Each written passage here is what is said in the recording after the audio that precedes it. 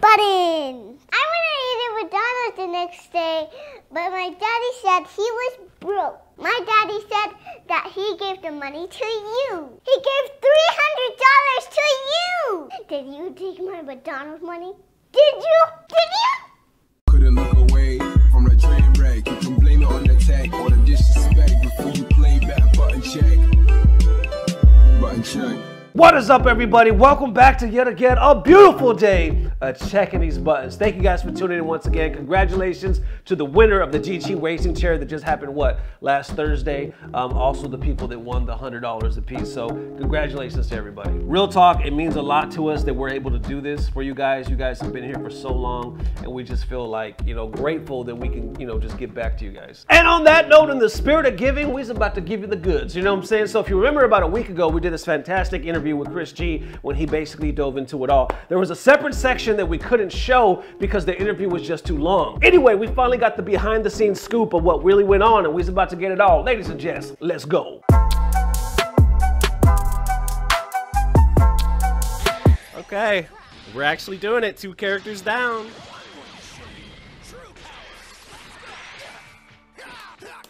That was so scary for a second there. Oh my God, we're in there.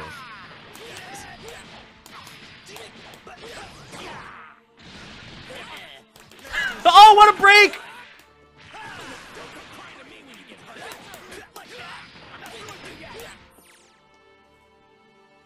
You're kidding me!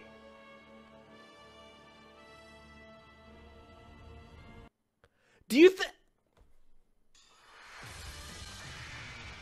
Okay. Good game.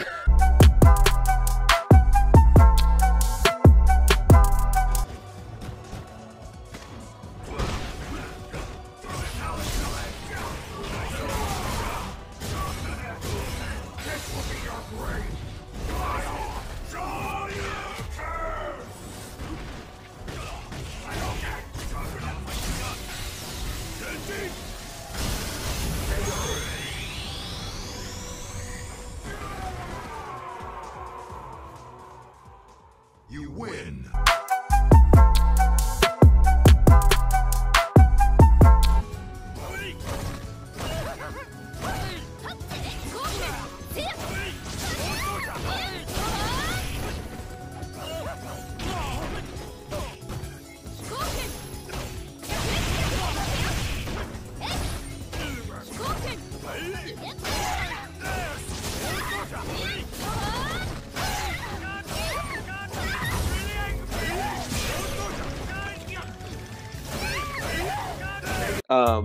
I kind of wanted to talk about real quick, not sure how well you remember it, but that infamous scene where you were at EVO and you won, basically. What year was that when you won? In 2016. 2016. The only year where I did not have a sponsor.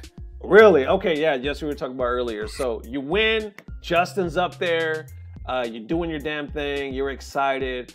And I'm gonna play the video on the screen right now for those that watch this in the future, but a random dude with no shirt on walks up to you holding a controller, and we can't hear what he says, but obviously whatever he said first made you laugh, and you just kind of chuckled at it. And then he kept talking, and it almost looked like you ended up getting irritated, and they escorted him the hell out. What was it that he said to you first where you kind of chuckled? So when I won, right, like I had to understand that, like, wow, like after all these years, like I finally won, right? So I had to click at first, right? So I'm just like walking around and stuff, Justin's like, oh my God, like you finally did it and stuff like that. And then the next thing you know, like I turned back around. This guy, it's like he was a robot. Like he already had his hand out, and I was like, oh, like what the hell? So I shook his hand, and then he said something along the lines of, I'm not done yet, or it's not over yet until I play him. And I forgot what I said. I was like, I think I said like, nah, man, like, or like something, because my first reaction to him being up there was like somebody knew him. Right. There's no way a guy without his shirt on can just, because I remember somebody else saying the exact same thing. They were like, "Hey, you know this guy?" Like, oh, he's shaking Chris's hand. He has to be Chris's friend. And as soon as we all like kind of realized together at the same time, right? No one knows this guy. Right. That's it. He was done. But the interesting thing about his case was, so he made a few conscious decisions that day, right? And I like to think about it, right? He made a few conscious decisions. The first one, right? He woke up in the morning and got down there early, right?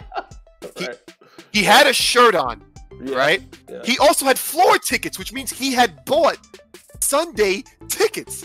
I don't even buy Sunday tickets, right? So that means that like he was conscious enough and sane, like to do this stuff. Then there was a video, I forgot who posted it, but there's another video of another viewpoint of what actually happened.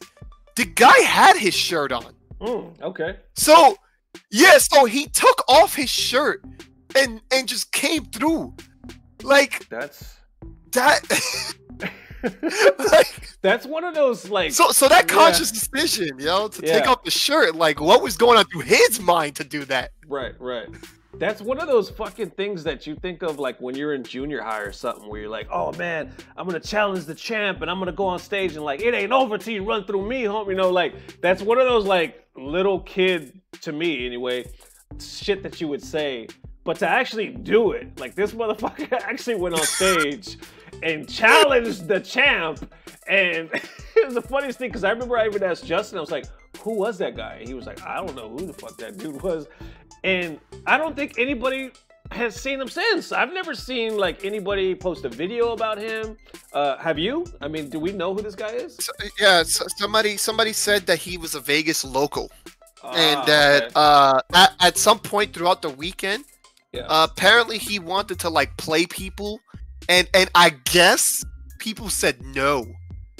So no, I kid you not, this was like a little bit after I had won. Yeah. So I remember somebody telling me like, I saw him around the EVO floor, trying to get games with people, and people were like, what the hell?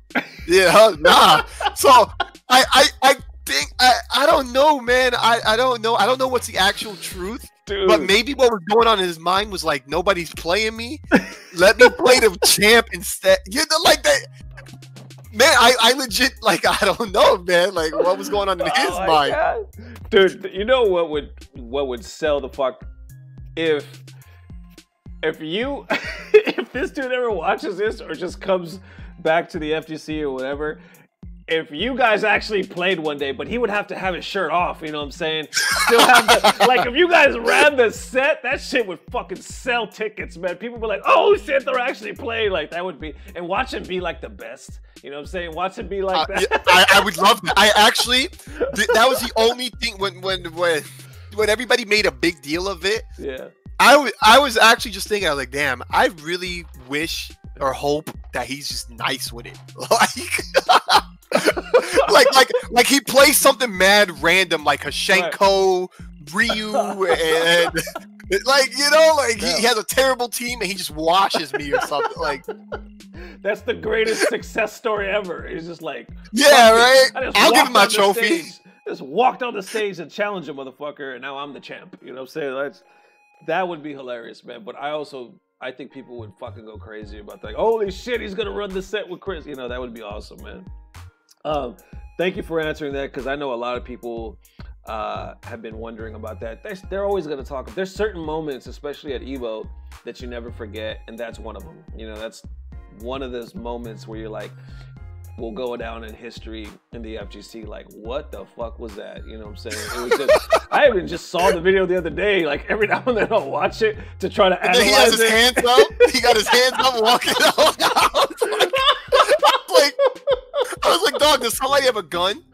No, but you know, I mean, you know what's crazy about that EVO is that so there was a moment, right? I'm not gonna mention who, but there was a moment where I was playing and like everyone's surrounding me. There's so many people, and like the person I was with, like got hit. He got hit in the back.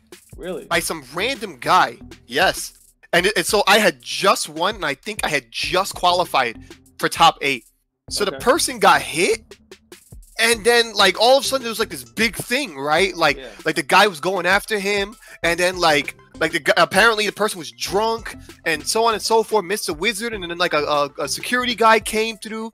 Now, crazy thing about that, right? Because again, you saw how the security escorted the Ghost of Marvel out, right? Right. So when I was talking to Mr. Wizard and the security guard, right? Yeah. I kid you not, right? This is what they told me. They're like, "Hey, so what happened and stuff?" I was like, "Look, I'm playing my game. You know, this important match. There's too many people around. Everyone's pushing, and like something happened. My friend got hit, and then like there was like an altercation, and then boom, right? So all of a sudden he was like, "Oh man, thank God it didn't escalate because we don't have many security people." Oh wow, wow. So they were legit like if something must have happened, they couldn't do anything about it. And I was like, "Yo, I kid you not." I was like, "Yo, did he just say that like if something would to have actually gone down, right? Like somebody could really have gotten hurt, and there's nothing they could have done about it?" It was just. Did I really just hear that right? Yeah.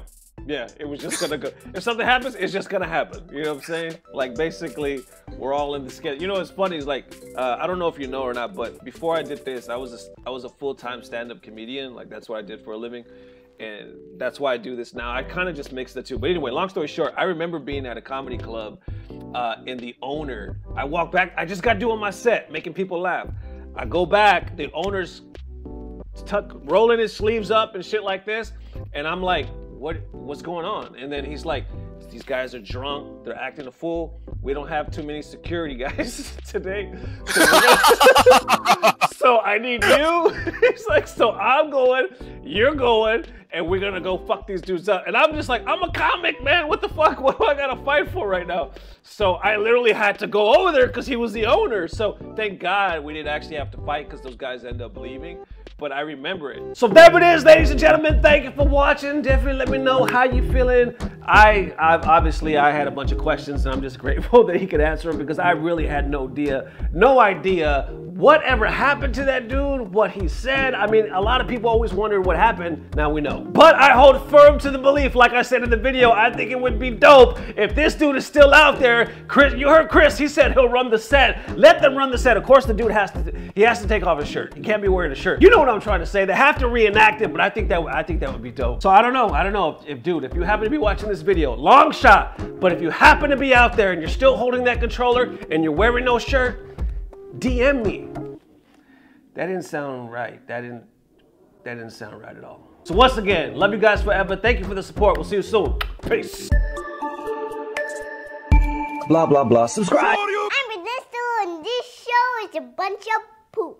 So if you're watching, guys, then you're poop too.